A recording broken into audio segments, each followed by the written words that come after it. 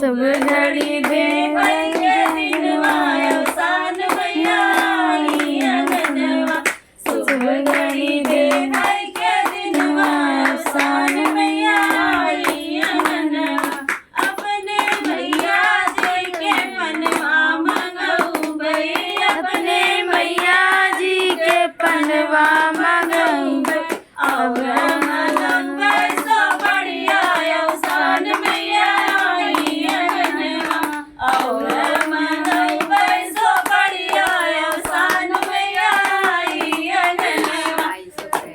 घड़ी बेफाई के दिनवा अवसान मैया आई अंगनवा सुबह घड़ी बेफाई के दिनवा अवसान मैया आई अंगनवा अपने मैया के कलसा भरऊ बई अपने मैया जी के कलसा भरऊ बई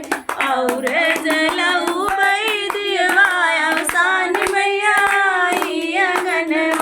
और जलऊ बई दिवा अवसान मैया आई अंगनवा